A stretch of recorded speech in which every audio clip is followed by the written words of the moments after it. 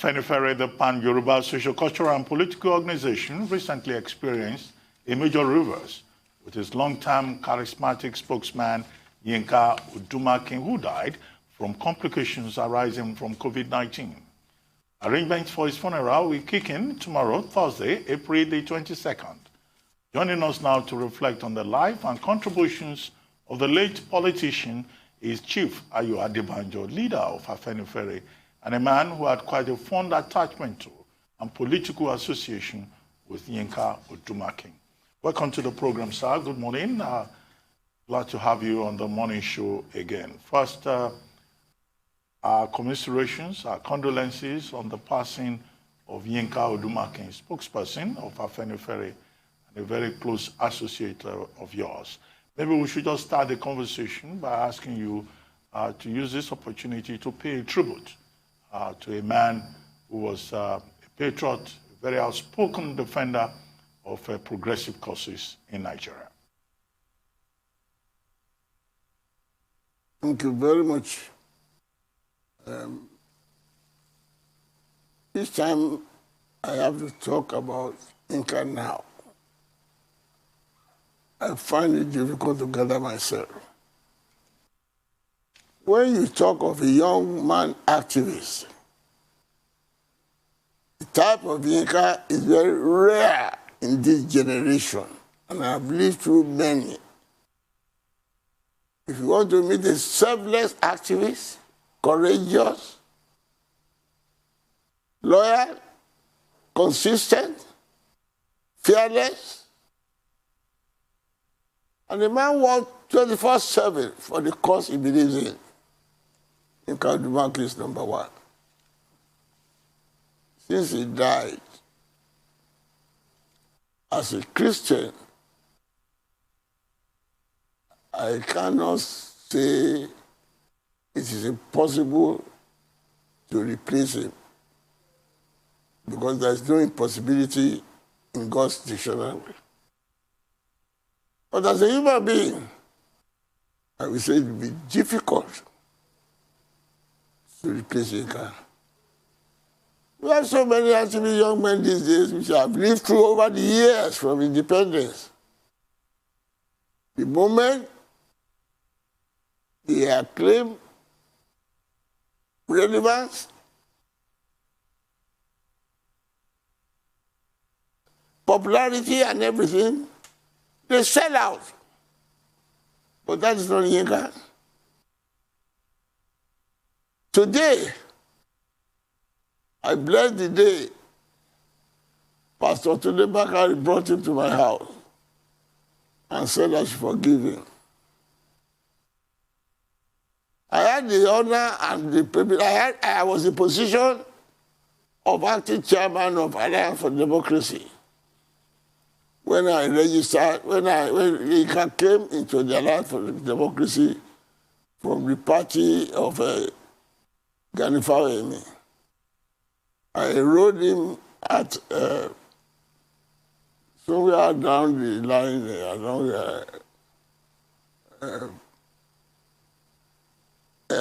Bagada area. The squad there then, and one Dr. Said David. Since he joined the Action Group doctrine, he has never looked back. And it will interest you, by the time some young men said they were forming Afenifere in New York, being influenced then by Tinubu, he was one of them. And he wrote very damaging articles against me, Paradesoya, Laniwa Ajayi. To the extent that we are just wondering whether we are human beings. But that is Yinka, what he believes in. But what happened later? At that time, he was the Advisory Secretary of Afenifere. So, they went away. But you'll be surprised. No sooner Yinka discovered that that organization was working for Tinubu, he pulled out and was away. So we kept our cool. On that score, I was not friendly disposed to him and my troop. But sometime later, Pastor Bakari brought him to my house. And he said, when I saw him, I said, who is this in my house? What do you want here? Pastor Bakari said, he has come with him to plead with me. Abati, I bless the day and I thank Bakari for bringing him. And I thank God that I accepted his apology.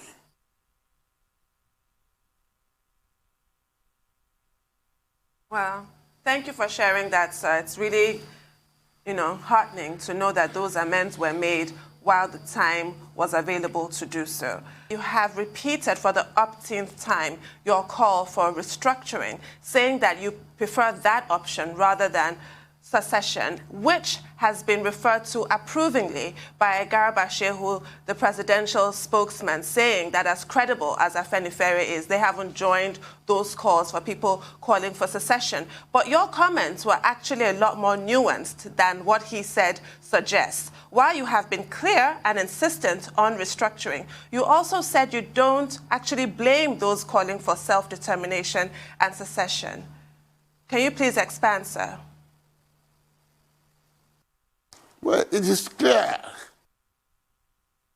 The reason is being, I don't believe in secession because I have worked for United Nigeria since independence. But this is not the independence that the constitution we have now is an imposed constitution by the military. And the problem we are having in the country now is because of this constitution. People should get that one clear. It appears both Garba Shehu and his boss, Buhari, they don't address the question. I have said that this constitution is a fraudulent constitution.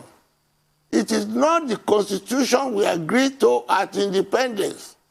It is not the constitution Saudana Oshogoto, Dr. Nnamdi Azikiwe, and Chief Obafe Mawolowo, Balewa, Mbono Ejike, the founding fathers of this country agreed to at independence.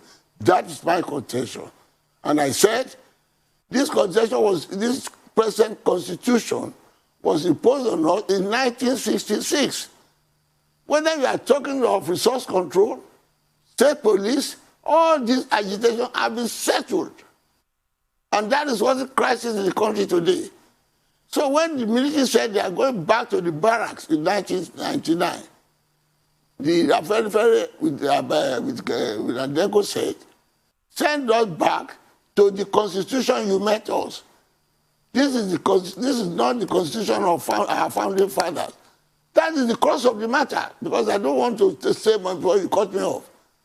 So the question of restructuring is that restructure the country back to federalism, which our founding fathers agreed to.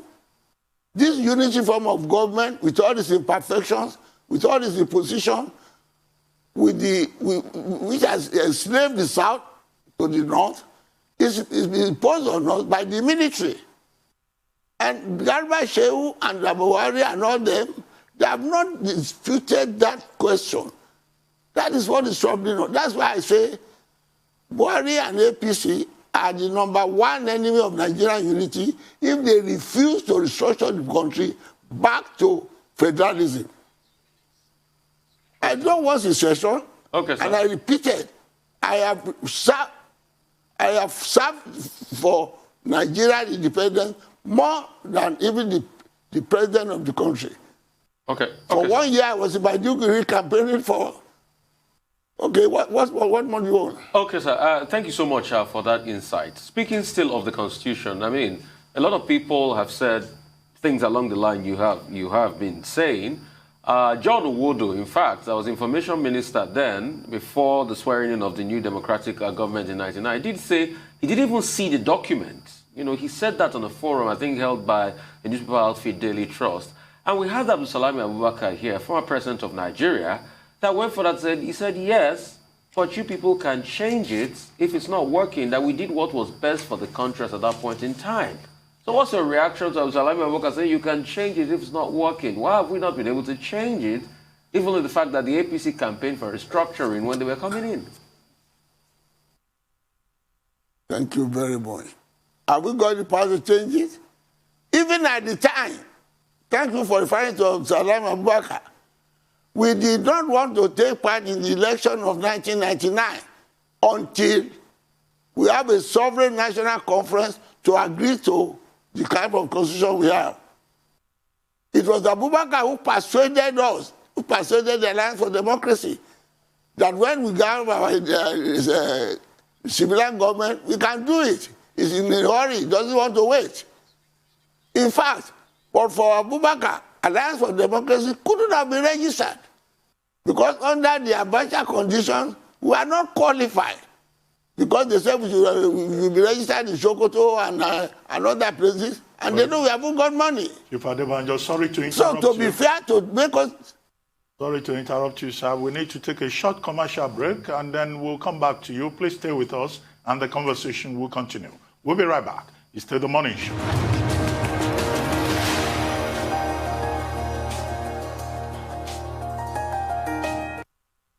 Welcome back to The Morning Show here on the Arise News Channel. Our guest is Chief Ayo Adebanjo, leader of Afenifere, the Yoruba Socio-Cultural Organization. Chief Adebanjo, thank you for staying with us. You were commenting on the Constitution, 1999 Constitution.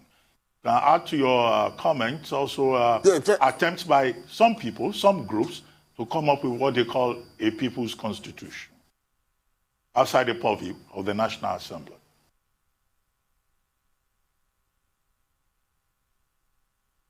Well, as you mentioned earlier, you say, why has it not been changed?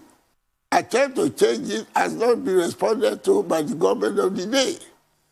It was an attempt to change it. We don't want violence.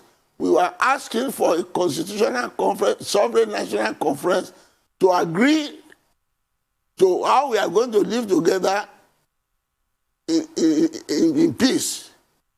If you are not returning us back to the Constitution of 1960. That is the attempt. Then the then President Obasanjo said there can be no two sovereignty. And I explained then emphatically that no, we are not talking of the sovereignty of the incumbent president. We are talking of the sovereignty of that conference that agreed to the way we are going to live together. That whatever we agree to at that conference is not subject to amendment by any body, either to add to or to subtract. That is sovereignty we had, but we are not heeded to. Then they said, number one, until Jonathan in 2014 set up something very, very similar or acceptable to us. And that is the recommendation in 2014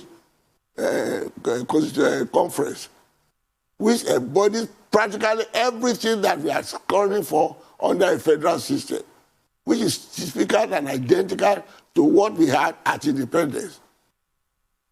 Although Jonathan couldn't implement it, when he was handing over to the President Buhari, he said, this is the most important document I'm handing over to you.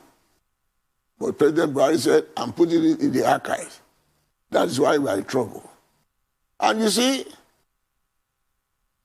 except people are just pretending. We know our problem. The problem is this constitution that skewed everything in it against the South. There's no time for me under this program to tell you what injustice is there. And that's why I say, you said before that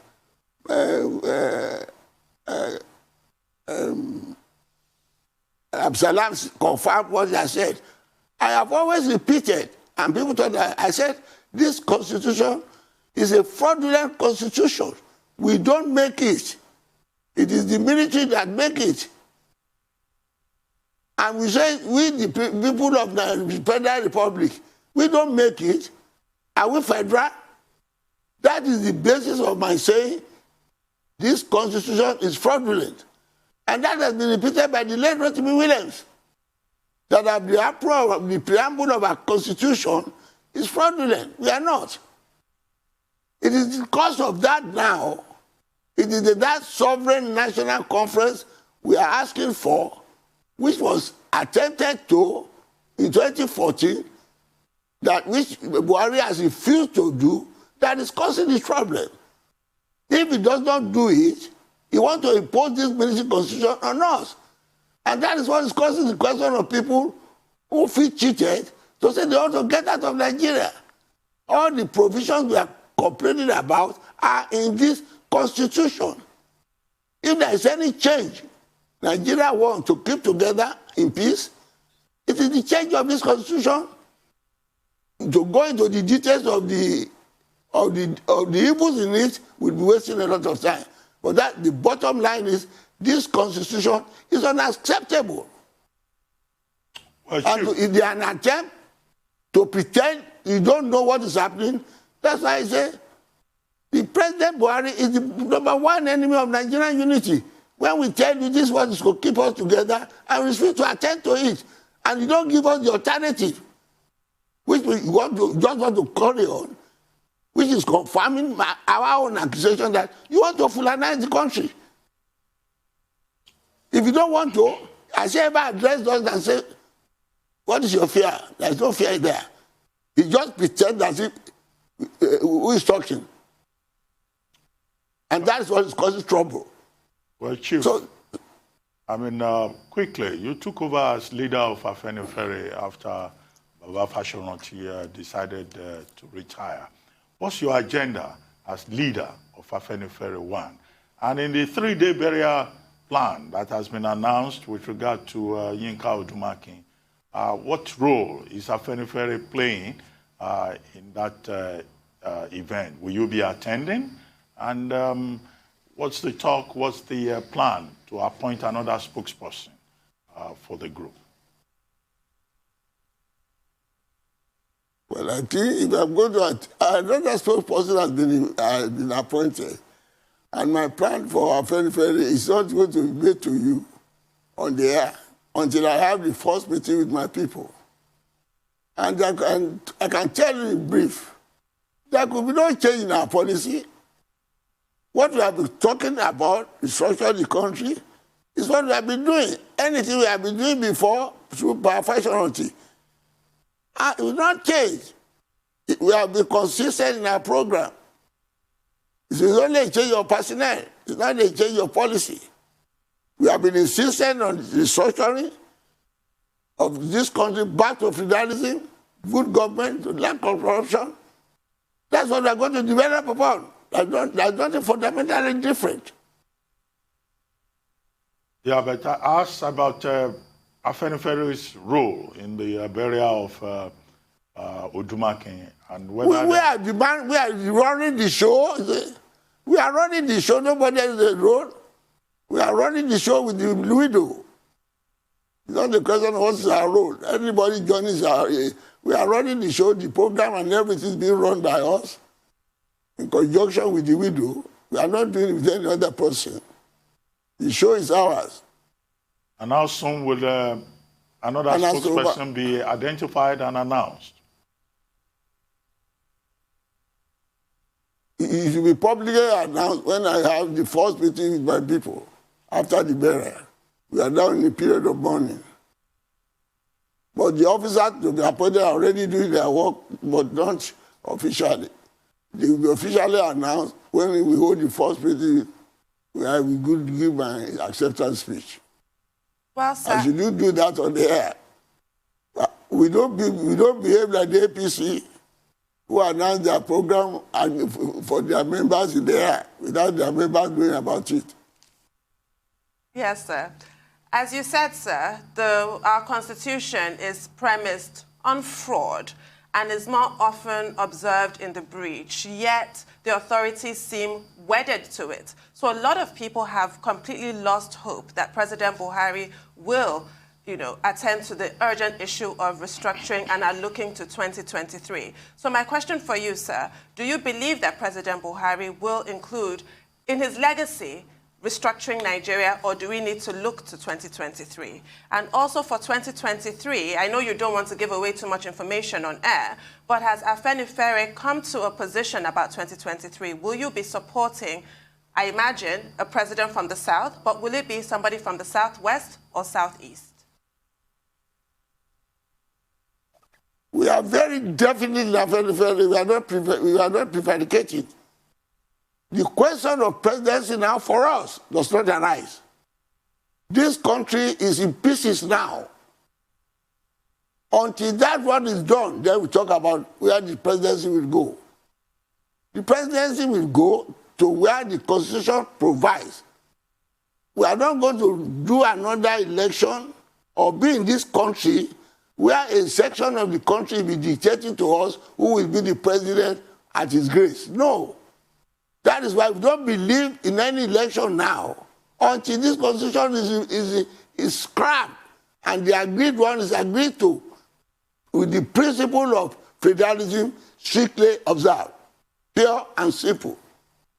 Okay, but if this constitution is not changed before 2023, are you saying, because you also use the term, we will not be in a country where, some other people will dictate for us. Are you saying that Afenifere is not going to support the 2023 elections? Because you're saying presidency is not on the card, but we have another election cycle coming. So if the constitution is not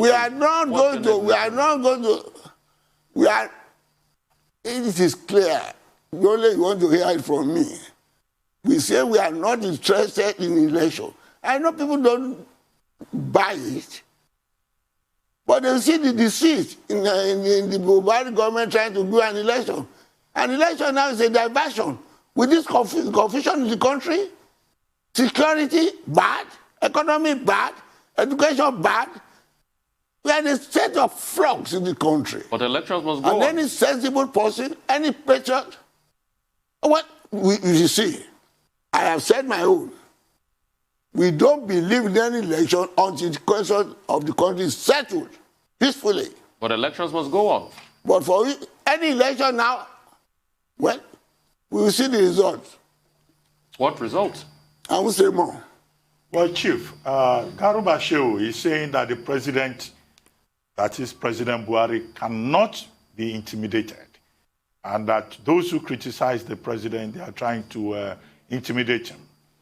Specifically, he also pointed out that this government will not organize another national conference, and that those who are asking for a national conference should perish the thought. Do you think that a national conference at this time will help to douse tension, particularly across the southern regions where there have been calls for, as Tundum pointed out earlier, secession? Thank you. You see, when we accuse these people of being a dictatorship, they tell us we are just blaming them. How can Garuba Shehu say the president is not interested in anything when the people of the country say this is what we want? Is he not a Democrat? Did he not claim to have been although being a military man, that is now a born-again Democrat? Is that democracy? You see, I won't talk much on this program because all the things we have been accusing Garuba Shehu and the APC and Buhari in particular, that they have a hidden agenda, they do it in many ways. And those of us who know them tell us, you can't deceive us again. How can an elected government, elected president say he will not listen to what the people are saying? That you must continue with all the agitations of the North, East, West, and South, that this constitution is oppressive, we don't want it, that so you could just carry on. It's just unacceptable. That's why I say we are living under a civilian dictatorship under Buhari. It's only a dictatorship that won't listen to the people. What right does Garuba Shehu to say we are not going to do this? Who is he? Is the government not elected? He If the people elected him out there, they say they want this, why should he say no? If it's not a military dictatorship. That shows you the condition we are. And whatever name we call this government, we are not only labeling them, we are telling you the reality. And that is what the spokesman is saying. When the spokesman does not listen, when they say, he openly claims that they are not a listening government. I am speaking because I believe I'm a Democrat.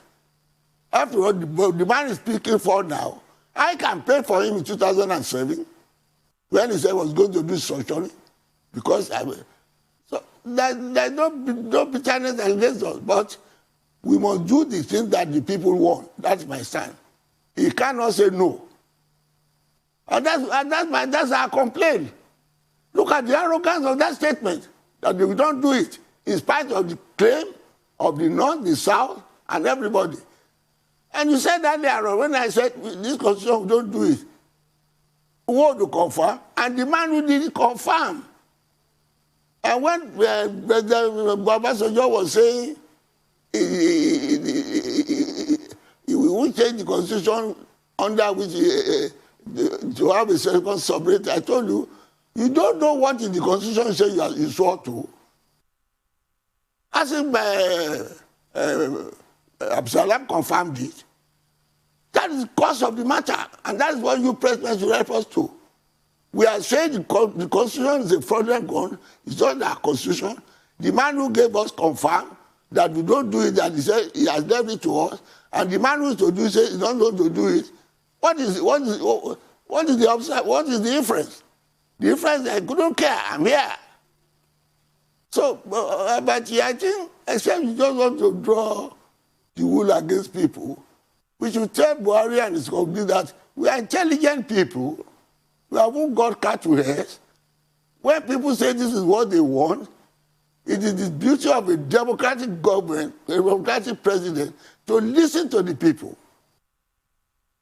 Who does Garba speak for? Otherwise, what's the point of calling it a democracy? But, sir, we've talked about secession. I want to talk to you about succession in the Yoruba context. During the break, I'm going to let the cat out of the bag now. During the break, the three of us here were discussing how great you look. Nobody would believe you're in your 90s, and it's not flattery. But you are in your 90s. You're 93 years old. And Baba Fashoranti handed over to you. He's 95, and he handed over to a 93-year-old. What is the future of youth in the Afenifere group? Why was it not a handover to a different generation? Because you will know that there is a general clamor in Nigeria for generational change.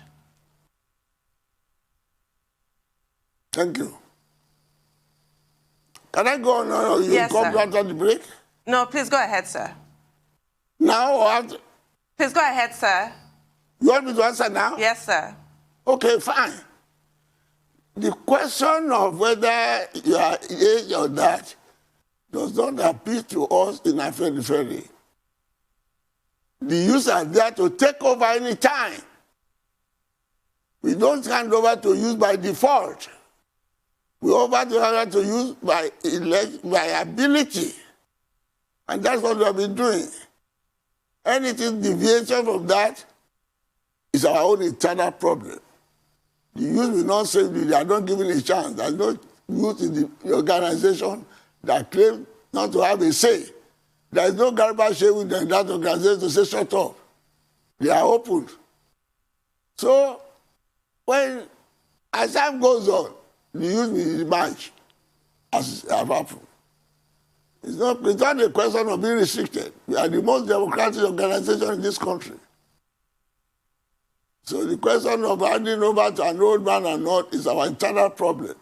We know why. And the youth know. Okay. So it's not a question at all. Okay, sir. Thank you so much for that insight. Real quickly, I want us to talk about secession in Yoruba land.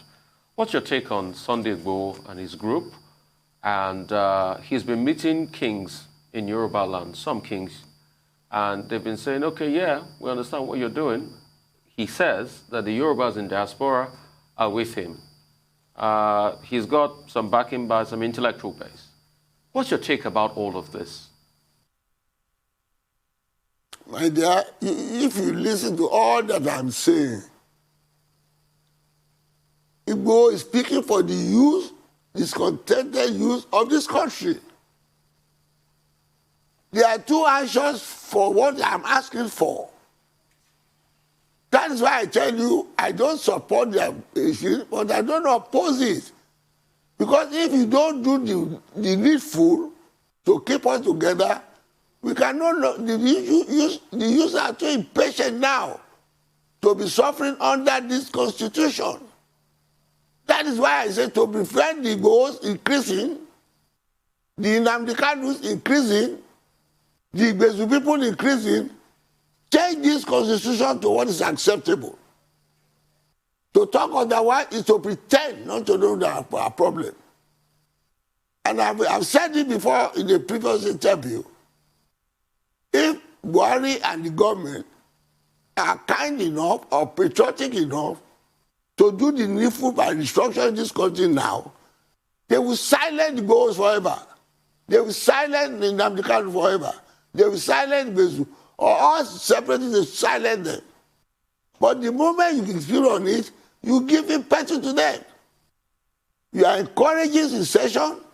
People don't want to stay. But nobody want to stay under an unacceptable constitution. And we say it. You pretend you don't know. So when we say this is why they are crying, and you have never come out to say, what is your problem? You want to suppress them by force? It is impossible. What the goal is doing is the balance of people don't make peaceful change possible. We make violent change inevitable. We are the people who want peaceful change. So asking for restructuring, this is where I stand. But if the people who make the change don't do it, they can get the result they have. It is they who are encouraging secession. And that's why I say Buhari is number one enemy of Nigerian unity. Buhari and the APC. Because they know what is causing the trouble. They know what is causing agitation for secession. We said that. They refuse to. What is your take? When you say this is your trouble and the doctor tells you, take this medicine, you don't take it. I say, no, you want peace. The equation is clear. Buhari and APC, Buhari in particular, has a hidden agenda by refusing to restructure the country with the popular wish of the people of the country. Now, to talk of election is a diversion. Let us have a country first, and we peacefully agree to have elections. Well, Chief, I know that in the past, on this program, I guess, you have expressed sympathy, support for an Igbo presidency in 2023 on the grounds of fairness, equity, and justice. I'm not changed. But with regard to the APC... I've not changed my mind. But with regard to the APC, which you have mentioned twice, we've also had guests on this program from the APC who have said that there is a memorandum of understanding that the presidency of Nigeria within the APC may end up in the Southwest if that MOU is respected. And at the moment, as I wrote yesterday, we have quite a number of Yoruba politicians who are in the forefront, whose names have been mentioned. But there was a story in the papers recently that Afenifere is leaning towards Asiwaju Bola Ahmed Tinubu as the likely That is not correct. That is not correct. Oh, okay.